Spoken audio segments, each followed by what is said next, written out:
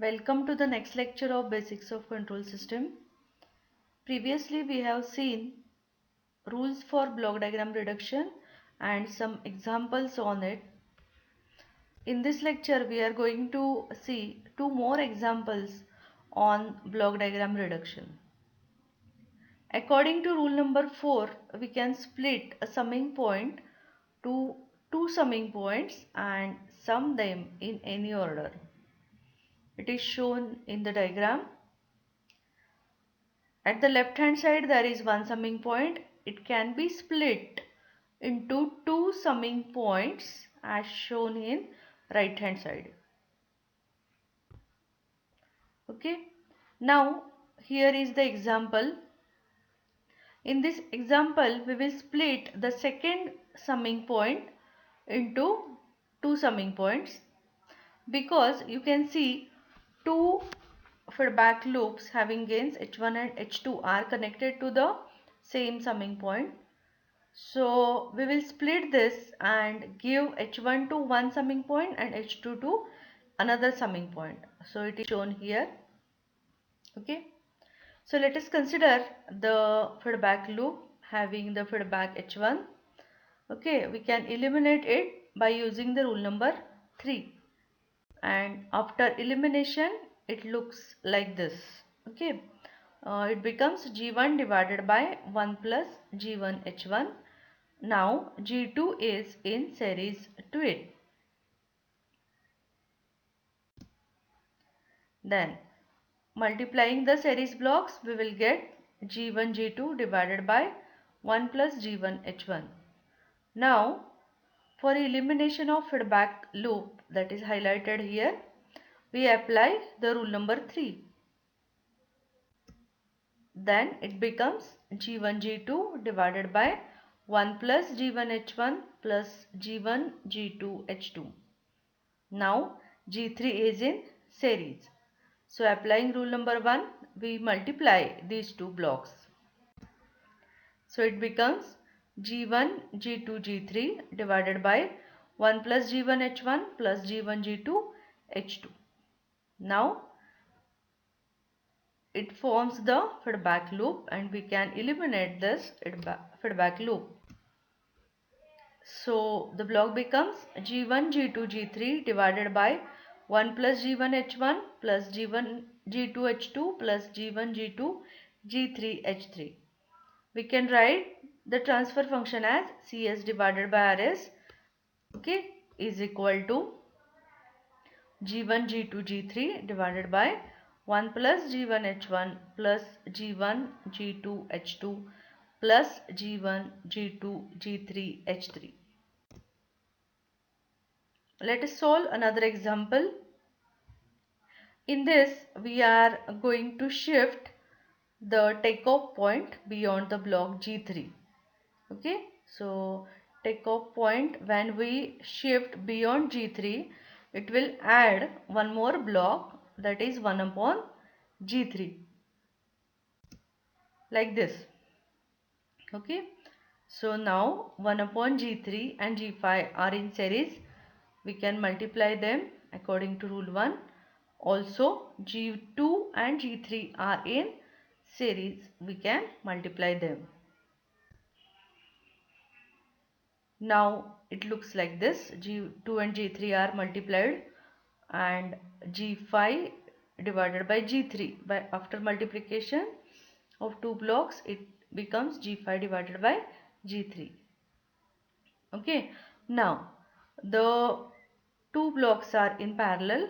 So first is G5 by G3 and another one is G4. So they will get added. Okay, so the feedback loop is shown here. We can apply rule number 3 to the feedback loop. Then it becomes G2 G3 divided by 1 plus G2 G3 H1. Now 3 blocks are in series, so we can apply rule number 1 to it and the 3 blocks will get multiplied. After multiplication it becomes G1 into bracket G2 G3 divided by 1 plus G2 G3 H1 into another bracket G4 plus G5 divided by G3. Let us simplify this. So G3 will get cancelled and the multiplication gives us G1 G2 into bracket G4 G3 plus G5 divided by 1 plus G2 G3 H1, like this. Now there is feedback loop. We can eliminate this feedback loop applying the rule number 3. So it becomes G1 G2 into bracket G4 G3 plus G5 divided by 1 plus G2 G3 H1 plus G1 G2 H2 into bracket G3 G4 plus G5. To write the transfer function, we will get CS divided by RS. So CS divided by RS is G1 G2 into bracket G4 G3 plus G5 divided by 1 plus G2 H3 H1, sorry, 1 plus G2 G3 H1 plus G1 G2 H2 into bracket G3 G4 plus G5. Okay, so this was about the block diagram reduction technique. Now let us see the servo system. Servo system is defined as automatic feedback control system working on error signals, giving the output as mechanical position or velocity or acceleration. Okay, servo system acts on error signals. So it gives the error between, or it calculates the error between feedback signal and a reference signal, and it gives the output in terms of the variation in mechanical position or in velocity or in acceleration. Servo system is one type of feedback control system in which control variable is the mechanical load position and its time derivatives like velocity and acceleration. Advantages of servo system. It is closed loop control system. So all the advantages of closed loop system are applicable to the servo system. Then its torque is higher at higher speed. It is very efficient and it is better choice for variable load system. Applications of servo system. The servo system is used in robotics, in IC fabrication, in textile industries, CD drivers and in typewriters. Now here it is general block diagram of servo system, which consists of the blocks such as error detector, servo amplifier, servo motor and load. See, the error detector is having two inputs. The first is reference input and second is the feedback. Okay, so it calculates the error or difference between these two signals and gives the output as error.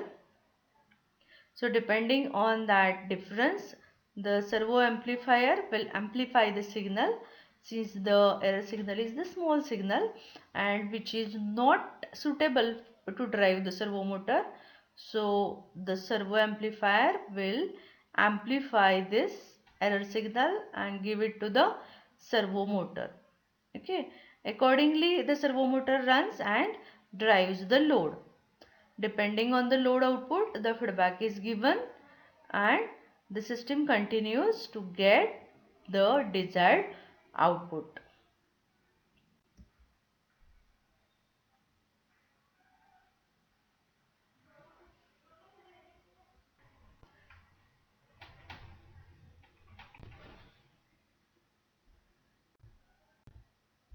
Now, the types of servo system. There are two types of servo system. The first is AC servo system and second is DC servo system. So here it is DC servo system, in which there are two input signals. The first is reference signal and second is the feedback signal that has come through the resistor network.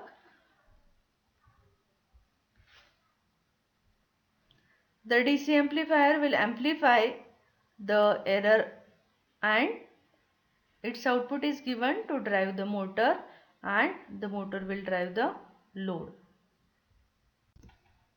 Then AC servo system, you can see in this AC servo system the input signal is AC as well as the transmitter and control transformer are of 3 phase. The servo motor is having 2 phases. Okay, for one phase the reference signal is given, and for the another phase the control signal is given. So it will drive according to the control error signal. Okay, or you can see the difference between the two signals, and the output is given to the tacho generator. Now the difference between AC servo system and DC servo system. The efficiency of AC servo system is low, while the efficiency of DC servo system is high. AC servo system is having low power output. The output of DC servo system is high. Maintenance for the AC servo system is less, while the maintenance for the DC servo system is more. Stability of AC servo system is less. Stability of DC servo system is more. AC servo system is having smooth operation. DC servo system is noisy. The characteristic of AC servo system are nonlinear, while the characteristic of DC servo system are linear characteristic. So with this we will stop here, and we have completed the basics of control system.